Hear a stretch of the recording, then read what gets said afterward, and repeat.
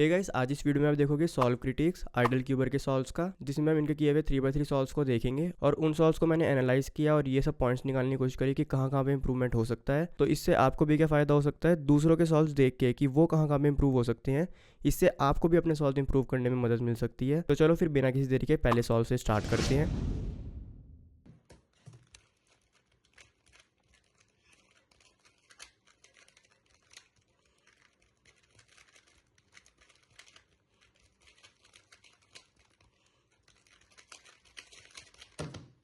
तो इस first solve में आपके क्रॉस पीसेस थे ये और ये।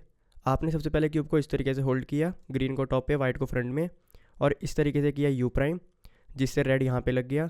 फिर रेड को इंसर्ट किया और ब्लू को इंसर्ट किया। उसके बाद इस तरीके से क्यूब को हल्का सा रोटेट करके आपने इस ग्रीन को लगाया।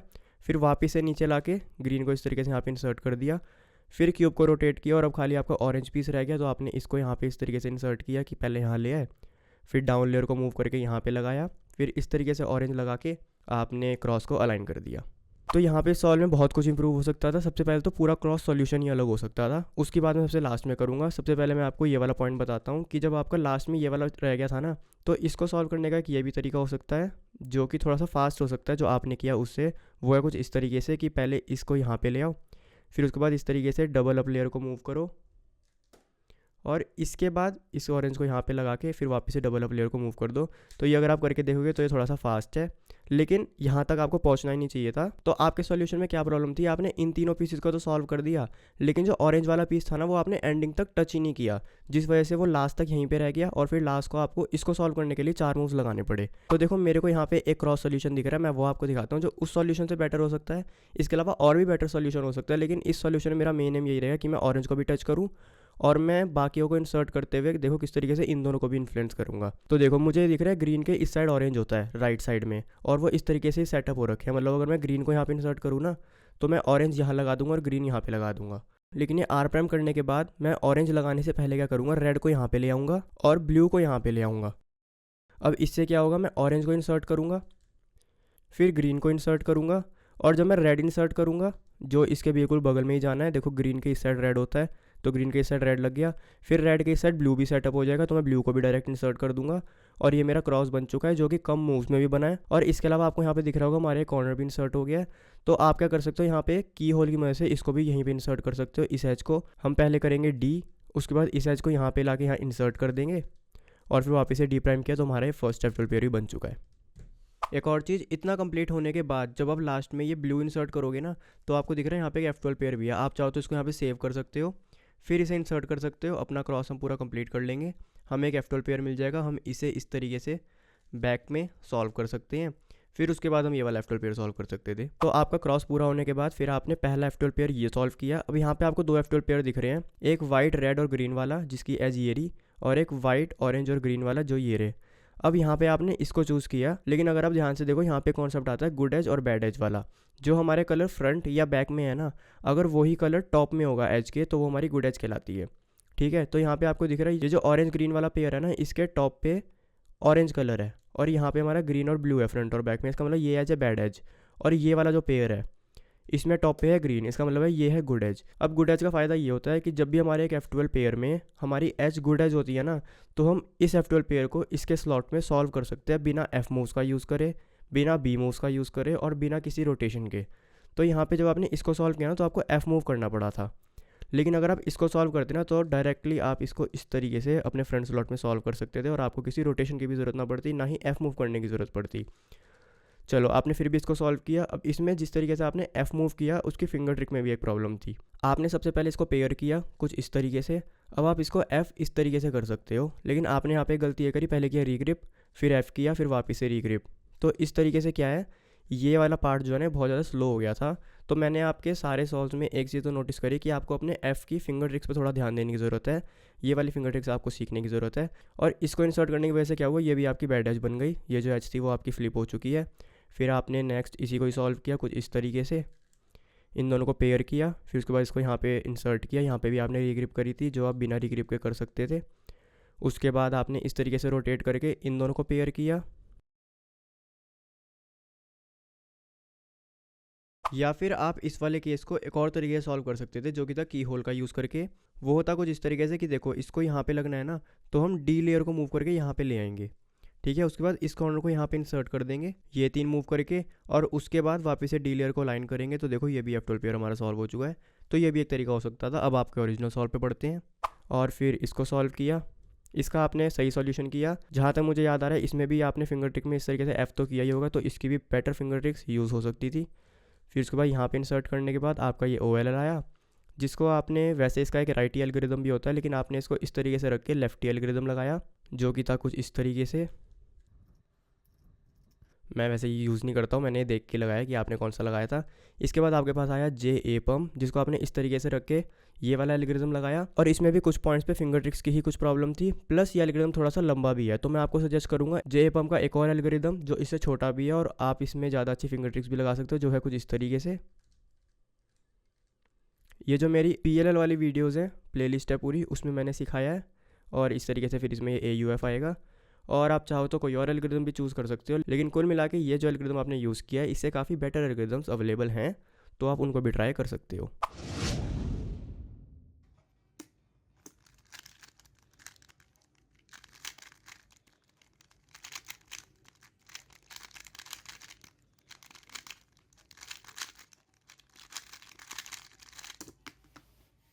तो इस वाले सॉल्यूशन में मैं क्रॉस सॉल्यूशन तो कुछ नया तो नहीं सजेस्ट करूँगा, लेकिन मैं बेटर फिंगर ट्रिक्स इसमें ज़रूर सजेस्ट करूँगा। कि देखो आपके ये सब क्रॉस पीसेज हैं, आपने इसमें क्या किया, सबसे पहले ग्रीन को यहाँ पे ले आए, और उसके बाद रेड को यहाँ पे लगा के फिर ऑरेंज को इंसर्ट किया और ब्लू को इंसर्ट किया इस तरीके से। ये तीनों इंसर्ट होने के बाद फिर आपने डी को अलाइन करके फिर इस तरीके से ग्रीन इंसर्ट किया। तो देखो इसकी बेटर फिंगर ट्रिक्स कुछ ये हो सकती थी कि आप इस तरीके से आपने लगाया ग्रीन को, फिर उसके बाद ये रेड यहाँ पे लाके फिर ऑरेंज लगाने के बाद आपकी पोजीशन कुछ इस तरीके से हैंड पोजीशन, तो आप इस तरीके से बी कर सकते थे। ये आपका ब्लू इंसर्ट हो चुका है। फिर उसके बाद रीग्रिप करते हुए आपने डी लेयर को अलाइन कर दिया और ग्रीन को इंसर्ट कर दिया। नेक्स्ट F12 पेयर में आपके पास ये दो ऑप्शंस थे, आप इसकी तरफ गए, इसको आपने यहाँ पे रख के इन दोनों पेयर्स को इस तरीके से पेयर किया, और यहाँ पे फिंगर ट्रिक्स में आपने पहले ही रीग्रिप कर ली थी, तो आपको पोजीशन कुछ इस तरीके से थी हैंड की। फिर आपने F को इस तरीके से किया, फिर इस तरीके से जो भी इंसर्ट किया। नेक्स्ट आपके पास एक तो ये ऑप्शन था यहाँ के लिए, और एक ये ऑप्शन था यहाँ के लिए। तो यहाँ पे वही बात है कि ये हमारी गुड एज है, तो इसको आप यहाँ पे इंसर्ट कर सकते हो सिर्फ लेफ़्ट राइट और अप मूव का यूज़ करके, लेकिन आपने रोटेशन करी और इसको यहाँ पे सॉल्व किया कुछ इस तरीके से। और ये सॉल्व होने के बाद आपके पास अब ये दोनों ऑप्शन बचे हैं, फिर आपने इसको यहाँ पे सॉल्व किया, रोटेशन करी, और यहाँ पे रोटेशन करके वैसे ये भी ऑप्शन होता था कि आप इसको यहाँ पे सॉल्व करते बैक में, लेकिन उससे प्रॉब्लम ये थी कि ये दोनों ना यहाँ पे इंसर्ट हो जाते और गलत तरीके से, तो वो बहुत बेकार केस आपको मिल जाता। वैसे आपने किया नहीं, लेकिन अगर ऐसा आप करते तो आपको ऐसा केस मिलता, जो कि काफ़ी बेकार ही है। तो आपके पास एक बेटर ऑप्शन ये था कि अगर आपको यही वाला F12 पेयर सॉल्व करना था ना, तो रोटेट करने से पहले अगर आप ध्यान दो ये आपकी गुड एज है, इसका मतलब आप इसको यहाँ पे सॉल्व कर सकते हो बिना रोटेशन के, और सिर्फ राइट और अप और लेफ्ट मूव को यूज़ करके। तो यहाँ पे क्या, आप इसको अगर यहाँ पे रखोगे ना, और अगर आप सून लगाओगे कुछ इस तरीके से, तो उससे क्या होगा कि आपका ये जो F12 पेयर यहाँ पे था ना, ये आपका पेयर हो चुका है। अब आप इसको यहाँ पे बैक में इंसर्ट कर सकते हो। फिर उसके बाद आपके पास लास्ट F12 पेयर ये होता, आप रोटेट करके इसको जैसे भी सॉल्व करना है आप कर सकते थे। तो चलो आपके सॉल्यूशन में कंटिन्यू करते हैं। इसको यहाँ पे लाके फिर इसको आपने सॉल्व किया, वही फिंगर ट्रिक जो आपको इंप्रूव करनी है F की, वो चीज़ ध्यान रखना। फिर यहाँ पे आपने इंसर्ट किया। नेक्स्ट आपके पास ये लास्ट F12 पेयर बचा है, जिसको आपने इस तरीके से सॉल्व किया, यहाँ पे कॉर्नर लाए, इसे नीचे ला के इन दोनों को पेयर किया और इसे बैक में इंसर्ट कर दिया। इस F12 सॉल्यूशन में भी आपने एल्गोरिदम काफ़ी सही लगाया, बस वही है कि फिंगर ट्रिक्स इंप्रूव करना। तो मैं जो फिंगर ट्रिक्स लगा रहा हूँ उस पर आपको ध्यान देना है, और वो फिंगर ट्रिक्स हैं कुछ इस तरीके से। ये किया और इसके बाद इस फिंगर से इस तरीके से U किया, फिर U2 इन दोनों फिंगर्स से, और R'। तो देखो कोई भी रिग्रिप नहीं करनी पड़ी, और ये सॉल्यूशन काफ़ी ज़्यादा फास्ट एग्जीक्यूट किया जा सकता है। उसके बाद आपके पास आया V-Pump, इसके बारे में ज़्यादा बात नहीं करेंगे क्योंकि इसमें तो मुझे भी लगता है थोड़ी इंप्रूवमेंट की ज़रूरत है। तो चलो नेक्स्ट सॉल्व पे पढ़ते हैं।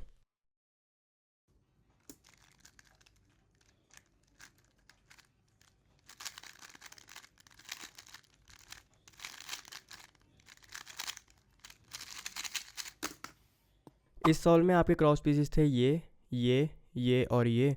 तो आपने जो क्रॉस सॉल्यूशन किया वो कुछ इस तरीके से था कि रेड को यहाँ पे ले आए, फिर ब्लू को इंसर्ट कर दिया, फिर ऑरेंज को यहाँ पे रखा, फिर उसके बाद वापस से डी लेयर अलाइन करी, क्योंकि उससे क्या होगा, फिर ऑरेंज इंसर्ट करते हुए आप ग्रीन को यहाँ पे इंसर्ट कर दोगे।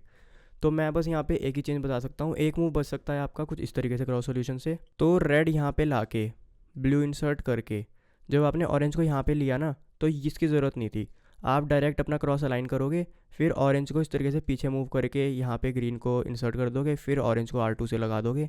तो इसमें बस एक मूव कम लगा है का, बाकी इतना भी बेटर नहीं है, लेकिन हाँ ये चीज़ हो सकती थी। अब हम बढ़ते हैं F12 पे। फिर उसके बाद आपके पास ये वाला F12 पेयर भी है, ये वाला F12 पेयर भी है और ये वाला F12 पेयर भी है। ये डायरेक्ट आपको सामने दिख रहा है, तो आपने इसको ही पहले सॉल्व किया। इस स्लॉट में सबसे पहले आपने इन दोनों को पेयर करने के लिए क्या किया, इस स्लॉट का यूज़ किया कुछ इस तरीके से।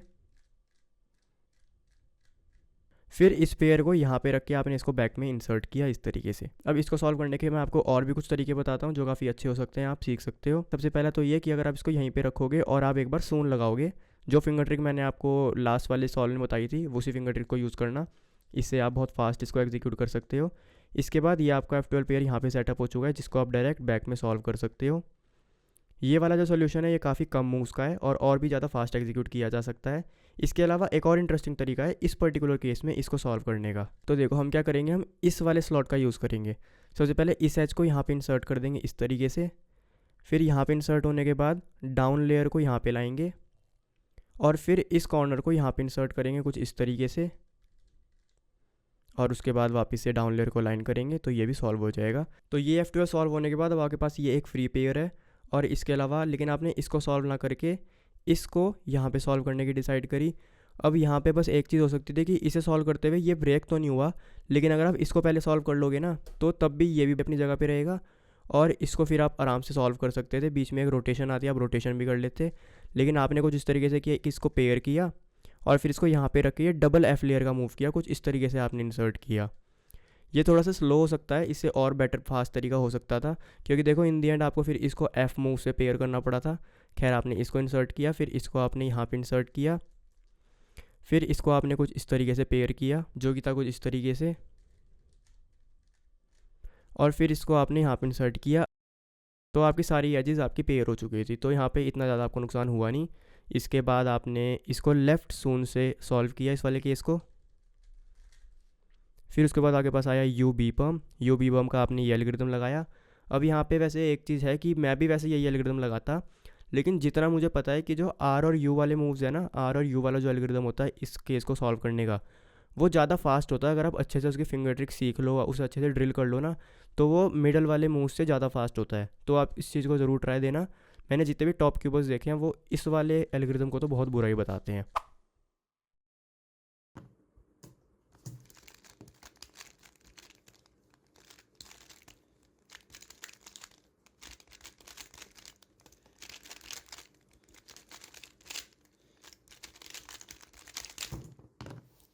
इस वाले सॉल्यूशन में आपके जो क्रॉस पीसीस थे वो हैं ये और ये। तो इसमें जो आपने सॉल्यूशन किया, इसके बाद जो आपकी क्रॉस टू F2 ट्रांजिशन है ना, वो काफ़ी अच्छी हो सकती थी। तो देखो कैसे, तो आपने सबसे पहले इस तरीके से F करके ग्रीन को इंसर्ट किया। अब जो आपका ऑरेंज है वो यहाँ पे कनेक्ट हो रखा है, रेड को भी आपने इसके सेंटर से कनेक्ट कर दिया। फिर उसके बाद आपने ब्लू को भी कनेक्ट कर दिया। फिर D2 करके इस तरीके से हमारा जो ग्रीन वाला पीस है वो अलाइन हो चुका है। फिर आपने यहाँ पे रेड को इंसर्ट किया, फिर ब्लू को, फिर उसके बाद ऑरेंज को। अब यहाँ पे एक चीज़ क्या हो सकती है, जब आप रेड को इंसर्ट करो ना, आपको यहाँ पे दिख जाना चाहिए कि ये वाला पीस है हमारा, वाइट ऑरेंज और ब्लू वाला जो F12 पेयर है वो यहाँ पे बना हुआ है। तो आपने रेड को इंसर्ट किया, ये यहाँ पे आ चुका है। फिर उसके बाद ब्लू और ऑरेंज को आपने इंसर्ट किया। अब ये करने के बाद आपने इस F12 पेयर को यहाँ पे इस तरीके से निकाला और यहाँ पे इंसर्ट किया। इसकी जगह जो बेहतर सोल्यूशन एक हो सकता है वो कुछ ऐसे हो सकता है कि आपने इस तरीके से किया F, फिर इस पेयर को निकाल के यहाँ पे लगा दो, फिर उसके बाद F'। अब ये इंसर्ट करने के बाद आपने इस वाले F12 पेयर को सॉल्व किया। यहाँ पे गलती ये हुई कि आपका ये फ्री पेयर बना हुआ था, आपने इसको इस तरीके से U2 किया, फिर इन दोनों को पेयर करके जिस तरीके से आपने सॉल्व किया, जिस वजह से ये हमारा ब्रेक हो गया और आपने इसको मिस कर दिया। तो आपने क्या किया, इस तरीके से इन दोनों को पेयर करके इस तरीके से बैक में इसे सॉल्व किया, और हमारा इस वाले पेयर को आपने मिस किया। फिर बीच में थोड़ी सी यहाँ पे कन्फ्यूजन ही आपको हो गई थी, आपने U2 किया, फिर U2 किया, फिर इसको यहाँ पे पेयर किया और यहाँ पे इंसर्ट किया।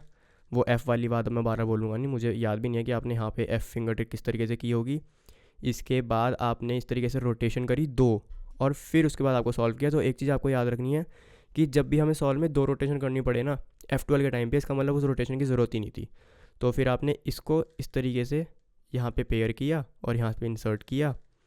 फिर अगर ये वाला F12 पेयर आया जिसको आपने इस वाले एल्गोरिथम से सॉल्व किया। उसके बाद ये हमारा आया R पम, जिसका एल्गोरिथम आपने कुछ ये वाला लगाया।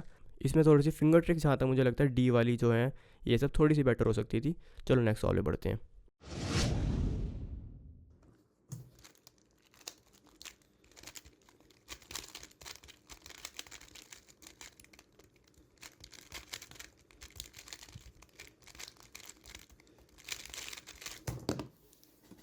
तो इस सॉल्व में आपके क्रॉस पीसेस हैं ये और ये। वैसे इस सॉल्व में एक बात और है कि जो हमारा येलो वाला क्रॉस है ना, उसमें ये तीनों पीसेस सही लगे हुए हैं, सिर्फ हमें एक ही पीस लगाना है, तो इसका ये वाला क्रॉस बहुत बेटर हो सकता था। तो वैसे ये भी टिप आपके एक काम आ सकती है कि जैसे आप वाइट पे क्रॉस बनाते हो ना, वाइट से आप अपनी स्टार्टिंग करते हो, वैसे ही आप येलो से ही प्रैक्टिस करो। ये कुछ सॉल्व में काफ़ी काम आ जाती है, कभी कभी हमें येलो में काफ़ी अच्छा भी क्रॉस मिल जाता है।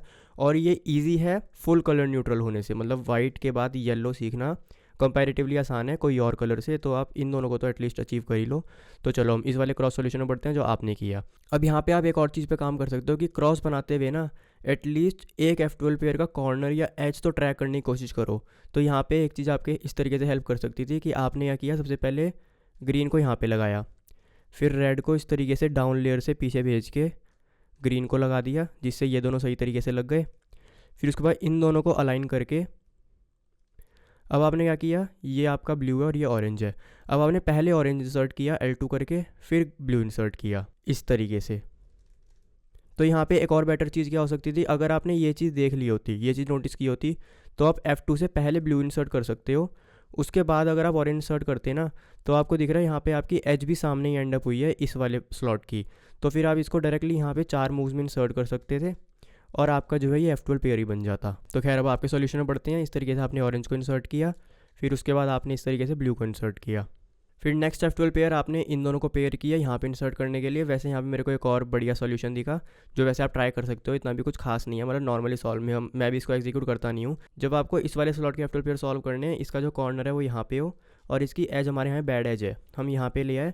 अब इसको हम 3 मूव में यहाँ पे सॉल्व कर सकते हैं कुछ इस तरीके से। तो देखो ये सॉल्व हो गया। तो यहाँ पे मेरे को दिखा इसलिए मैंने आपको बता दिया। तो आपके सॉल्व की बात करें तो आपने इसको यहाँ पे रखा और उसके बाद इस एज को निकाला, इस तरीके से ये हमारे पेयर हो गए। फिर उसके बाद U2 करके इसको यहाँ पे इंसर्ट कर दिया F मूव्स का यूज़ करके।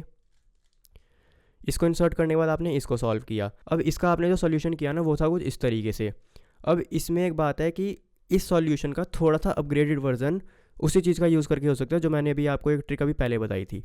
तो देखो आपने क्या किया, इस कॉर्नर को यहाँ पे इंसर्ट किया, फिर इस एज को यहाँ पे लाके आपने इसको पेयर किया और इसको यहाँ पे इस तरीके से इंसर्ट कर दिया। तो आप क्या कर सकते थे कि जब इस वाली पोजीशन पे हो ना, तो इससे आगे आपने जितने ही मूव्स लगाए उन सब की जगह भी ये 3 मूव लगाते, 1 2 3, और ये आपका इंसर्ट हो जाता। फिर नेक्स्ट आपने सॉल्व किया इसको और इसको कुछ इस तरीके से, कॉर्नर को यहाँ पे लाए, इस एज को निकाला यहाँ पे और फिर इन दोनों को यहाँ पे इंसर्ट कर दिया बैक में।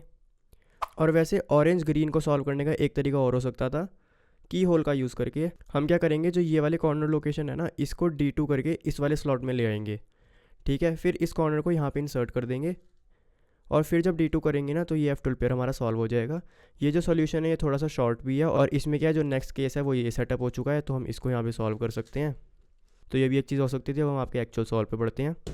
उसके बाद हमारे लास्ट बचा है। अब यहाँ पे आपने इसका सॉल्यूशन कुछ इस तरीके से किया कि इसको यहाँ पे लाए और फिर ये वाला एल्गो लगाया इसको सॉल्व करने के लिए।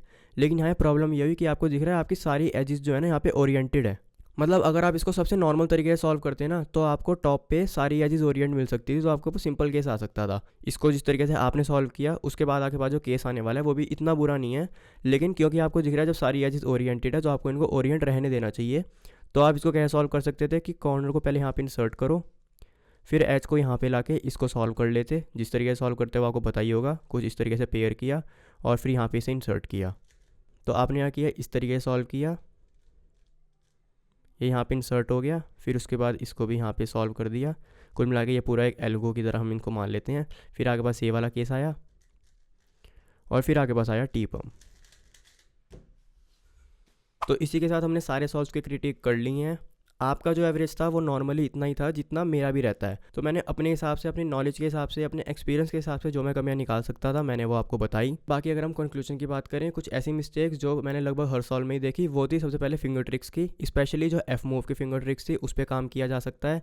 इसके अलावा मैंने कुछ सॉल्व में क्रॉस के सॉल्यूशन थोड़े आपको बेटर बताए, इसके अलावा F12 के सॉल्यूशन आपको बेटर बताए, आप उन सब पे काम कर सकते हो। और इसके अलावा क्रॉस बनाते हुए आप अब जो है इंस्पेक्शन में जैसे क्रॉस प्लान करते हो ना, वैसे ही अब आप फर्स्ट F12 पेयर ही प्लान करने की कोशिश करो। हर सॉल्व में तो नहीं होगा क्योंकि किसी किसी सॉल्व में बहुत ज़्यादा कॉम्प्लिकेटेड हो जाता है, लेकिन जब आप प्रैक्टिस कर रहे हो ना, बिना टाइम के आप सॉल्व कर रहे हो, उनमें आप प्रैक्टिस करना एटलीस्ट स्टार्ट कर सकते हो। जिससे जिन सॉल्व में आपके पास क्रॉस सिंपल आया है उसमें तो आप ज़रूर ये चीज़ अप्लाई करो कि आप क्रॉस के साथ साथ फर्स्ट F12 पेयर भी प्लान कर लो। तो बस दोस्तों, आज के क्रिटिक के लिए इतना ही। अगर आपको भी अपने सॉल्व का क्रिटिक करवाना है, आपको भी इंप्रूव करना है, तो डिटेल्स मैंने डिस्क्रिप्शन में दे रखी है, आप उनको पढ़ सकते हो। तो चलो फिर दोस्तों, आज की वीडियो के लिए इतना ही। मिलते हैं नेक्स्ट वीडियो में। Thanks for watching. बाय।